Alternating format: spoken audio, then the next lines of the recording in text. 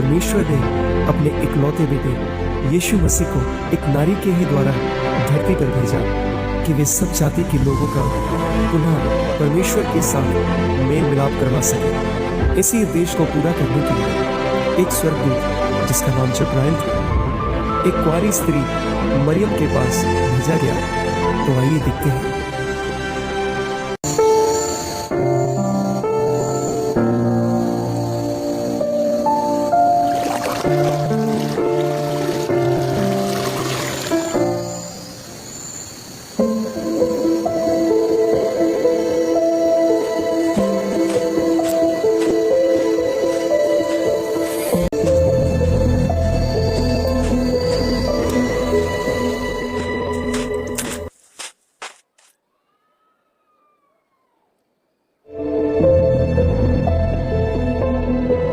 आनंद और जय तेरी हो, क्योंकि तुझ पर प्रभु का अनुग्रह हुआ है और प्रभु तेरे साथ है।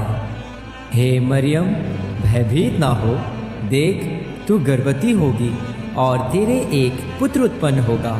तू उसका नाम यीशु रखना। वह महान होगा और परम प्रधान का पुत्र कहलाएगा और प्रभु परमेश्वर अपने पिता दाऊद का सिंहासन उसको देगा। वह याकूब के घराने पर सदा राज्य करेगा और उसके राज्य का अंत ना होगा। परंतु ये कैसे संभव है? मैं तो किसी पुरुष को नहीं जानता। और पवित्र आत्मा तुझ पर उतरेगा और परम प्रधान की सामर्थ तुझ पर छाया करेगी। वह महान होगा और परमेश्वर का पुत्र कहलाएगा। देख, तेरी कुटुंबिनी इलिशिबा के भी बुढ़ापे में पुत्र होने वाला है। यह उसका जो बांझ कहलाती थी 6वां महीना है, क्योंकि जो वचन परमेश्वर की ओर से होता है वह प्रभाव रहित नहीं होता। मैं प्रभु की दासी हूँ, जैसा तूने कहा है वैसा ही मेरे साथ हो। उन दिनों में मरियम पहाड़ी देश के यहूदा नगर को गई और जकरिया के घर में जाकर एलिशिबा को उसने नमस्कार किया। नमस्कार एलिशिबा। तू स्त्रियों में धन्य है, तेरे पेट का फल धन्य है। ये अनुग्रह मुझ पे कैसे हुआ कि मेरे प्रभु की माता मुझे मिलने आई। देख, ज्यों ही तेरे नमस्कार का शब्द मेरे कानों में पड़ा, त्यों ही बच्चा मेरे पेट में आनंद से उछल पड़ा। मेरा प्राण प्रभु की बड़ाई करता है और मेरी आत्मा मेरे उद्धार करने वाले परमेश्वर से आनंदित हुई है, क्योंकि उसने अपनी दासी की दीनता पर दृष्टि की है। इसलिए अब से युग युग के लोग मुझे धन्य कहेंगे, क्योंकि उस सर्वशक्तिमान ने मेरे लिए बड़े बड़े काम किए। उसका नाम पवित्र है। उसकी दया जो उनसे डरते हैं पीढ़ी से पीढ़ी तक बनी रहती है। उसने अपना भुजबल दिखाया और जो अपने आप को बड़ा समझते थे उन्हें तितर बितर किया। उसने बलवानों को उनके सिंहासनों पर से गिरा दिया और दीनों को ऊंचा किया। मरियम 3 महीने एलिशिबा के घर रहकर लौट गई। उन दिनों ऑगस्टस कैसर की ओर से आज्ञा निकली कि सारे जगत के लोगों के नाम लिखे जाएं। सब लोग अपने नाम लिखवाने के लिए अपने नगर को गए।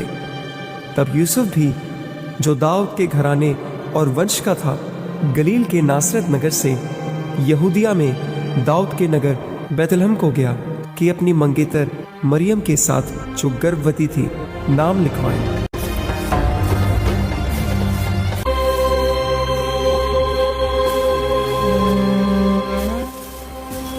भाई, क्या यहाँ रहने की जगह मिल सकती है? सराय तो पूरी भरी हुई है मेरे भाई। पीछे चरनी में कुछ जगह है, अगर तुम चाहो तो वहाँ पर जाकर गुजारा कर सकते हो। मरियम, क्या हमें यहाँ रहना पड़ेगा? हाँ यूसुफ।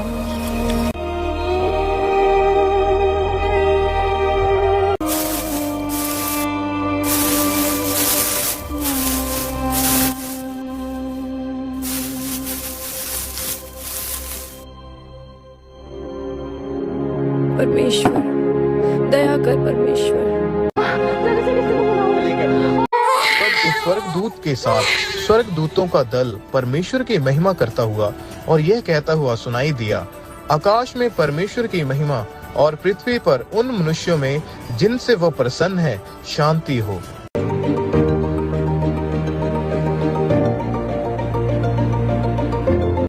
यहाँ पर थोड़ी देर विश्राम कर फिर हम चलते हैं। मत डरो, मैं तुम्हें बड़े आनंद का सुसमाचार सुनाता हूँ जो तुम सब के लिए होगा कि आज दाऊद के नगर में तुम्हारे लिए एक उद्धारकर्ता जन्मा है और यही मसीह प्रभु है। उसका ये चिन्ह होगा कि तुम एक बालक को कपड़े में लिपटा हुआ और चरनी में पड़ा पाओगे। चलो चल के देखते हैं। देखो देखो देखो, सचमुच जैसे स्वर्गदूत ने हमें बताया था वैसे ही कपड़े में लपेटा बालक चन्नी में पड़ा है। देखो यही है हमारा उद्धारकर्ता। सच में यही है हमारा उद्धारकर्ता। प्रभु की महिमा हो, प्रभु की महिमा हो। हमारा मसीहा, यही हमारा उद्धारकर्ता परमेश्वर। हेरोदेस राजा के दिनों में जब यीशु का जन्म हुआ तो पूर्व से कई ज्योतिषी आकर यरूशलेम में पूछने लगे कि यहूदियों का राजा जिसका जन्म हुआ है वो कहाँ है, क्योंकि पूर्व में हमने उसका तारा देखा है और हम उसे प्रणाम करने आए हैं। महाराज की जय हो। आज तुम लोगों का अचानक से कैसे आना हुआ? हे महाराज, यहूदियों का राजा जिसका जन्म हुआ वो कहाँ है? यहूदियों का राजा? क्योंकि हमने पूर्व में उसके तारा को देखा है। हमें बताइए महाराज, हम जाकर दंडवत कर सकें। इसके बारे में तो मेरा मंत्री बताएगा।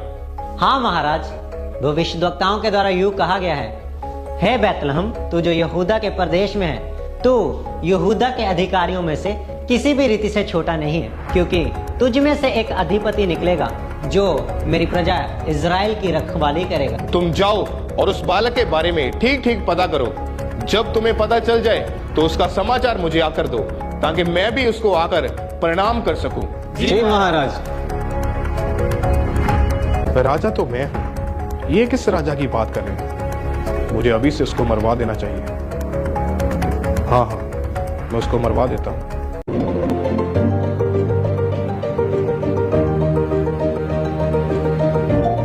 यहूदियों के राजा की जय हो, यहूदियों के राजा की जय हो। हम प्रभु के लिए सोना, लवान, गंधरस लेकर आए हैं, कृपया स्वीकार करें।